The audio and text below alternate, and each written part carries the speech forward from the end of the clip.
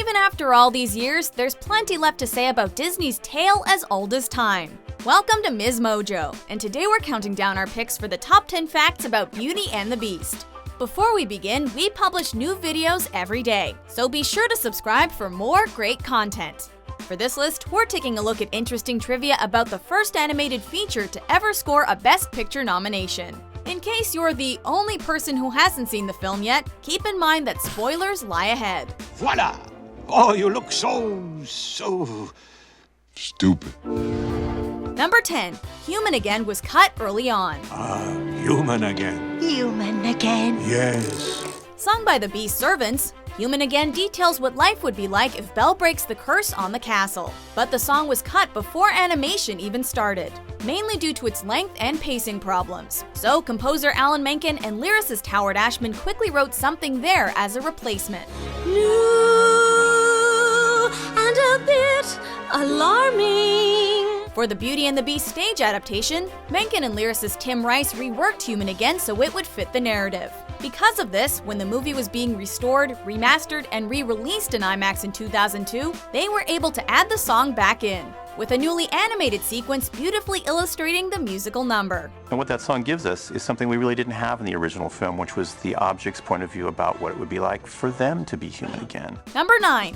Gaston originally had a more gruesome demise. After stabbing the Beast in the back, the dastardly Gaston loses balance and falls to his ultimate demise. Just to confirm Gaston didn't survive the fall, the animators cleverly drew skulls in his pupils. That might sound dark and disturbing, but Gaston's original death was actually much more terrifying. In an early draft, Gaston merely breaks his leg after the fall. The hunter becomes the hunted though, as the wolves resurface and eat Gaston alive. Talk about overkill! While this sequence didn't make the cut, Disney would recycle the idea for Scar's death in The Lion King. Instead of wolves, however, hyenas feast upon the villain. No, I didn't mean it. No! Number 8. Belle Wears Blue for a reason. Well-read and full of ambition, Belle is the most unique person in her quiet little village. It's a pity and a sin, she doesn't quite fit him. She really is a funny girl, a beauty but a funny girl. To make the character stand out even more, art director Brian McEntee suggested that Belle should be the only person in town that wears blue. This color not only brings out Belle's individuality, but also signifies that she's lonely and looking for something more. I want adventure in the great white somewhere. Of course, there is one other major character that sports this color. In the film's prologue, the stained glass windows depict the prince wearing blue. The Beast later dons a blue jacket during his dance with Belle. The color thus indicates that Belle and the Beast have more in common than meets the eye. Number 7. The film is dedicated to Howard Ashman.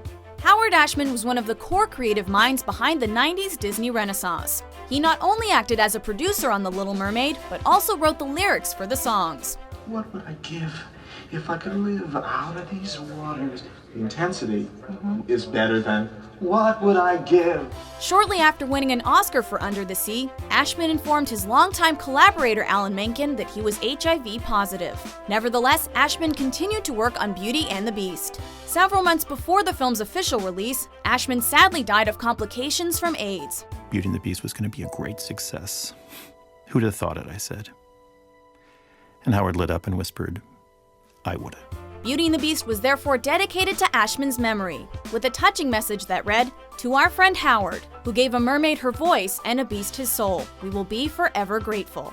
Number 6. Beast is a hybrid of different animals. So, you've come to stare at the Beast, have you? Glen Keane went from designing Ariel from The Little Mermaid to acting as a supervising animator for the Beast, who proved to be one of the most difficult characters to get right. The final result was a chimera, which is a combination of multiple animals. The Beast was given a wolf's tail and legs, a buffalo's head and horns, a lion's mane, a bear's arms and body, a wild boar's tusks, and a gorilla's eyebrows.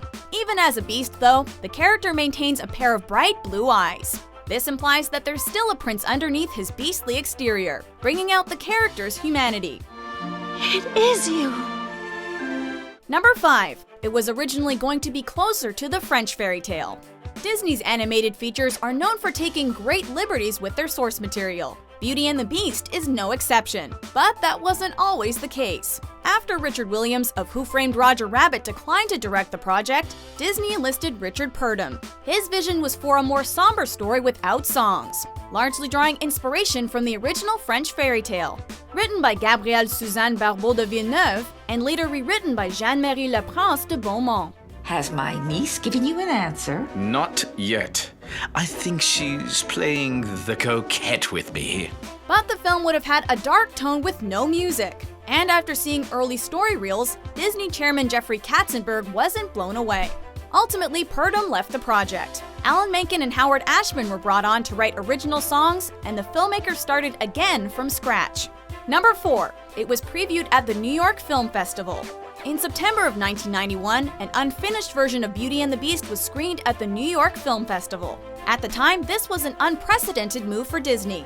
Only 70% of the film had been completed, with story reels and pencil tests filling in the rest. While the film was still a work in progress, Beauty and the Beast reportedly received a 10-minute-long standing ovation from the crowd. Film critic Roger Ebert was initially skeptical of these reports, as he said he couldn't imagine the New York Film Festival applauding anything. After the finished film hit theaters, though, it suddenly became clear to critics and audiences everywhere why the early buzz was so overwhelming. Number 3. Angela Lansbury didn't want to sing the titular song. We've got a lot to do. Is it one lump or two? For you, I guess. She's our guest. Angela Lansbury hit just the right note as Mrs. Potts. When she was approached about singing the title song for Beauty and the Beast, however, Lansbury was initially reluctant. She feared that her voice and the melody wouldn't go together. Regardless, Howard Ashman and Alan Menken convinced her to give it a shot. On her way to record the song, Lansbury's plane had to make an emergency landing due to a bomb threat. She still made it to her destination on time, and the excitement only further encouraged her to sing the song. Lansbury nailed her rendition in just one take, reportedly moving the studio to tears. No wonder the song won an Academy Award. Beauty and the Beast. Number 2. The film almost had a very different cast. Before Lansbury landed the role of Mrs. Potts, Disney initially considered Mary Poppins herself, Julie Andrews. Practically perfect in every way. And this wasn't the only alternative casting choice. Although the character of Cogsworth was written with John Cleese in mind, he reportedly turned it down to appear in Fievel Goes West, making way for David Ogden Stiers to step in. If it's not broke, don't fix it.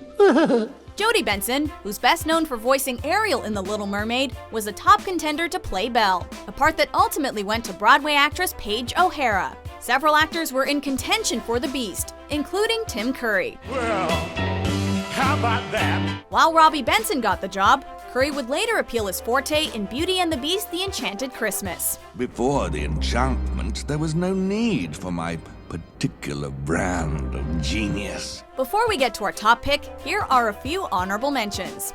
Well, there's the usual things: flowers, chocolates, promises you don't intend to keep. Ah, no. It has to be something very special. Belle, it's me. 有时落，也曾经想远走，爱留我下来。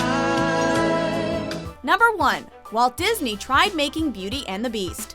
Since Beauty and the Beast is a tale as old as time, you'd think that Disney would have brought the story to the big screen long before 1991. Interestingly enough, Walt Disney did actually try to get a Beauty and the Beast movie off the ground on multiple occasions. Following the triumph of Snow White and the Seven Dwarfs, Disney considered several other potential fairy tale adaptations, Beauty and the Beast being one of them. Walt revisited the idea in the 1950s, but the source material proved too challenging for the storytelling team to adapt. Decades later, the studio returned to Beauty and the Beast once again, and the result was beyond anything even Walt Disney himself could have possibly imagined.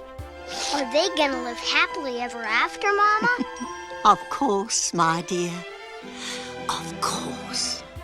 Do you agree with our picks? Check out these other great clips from MsMojo and subscribe for new videos every day.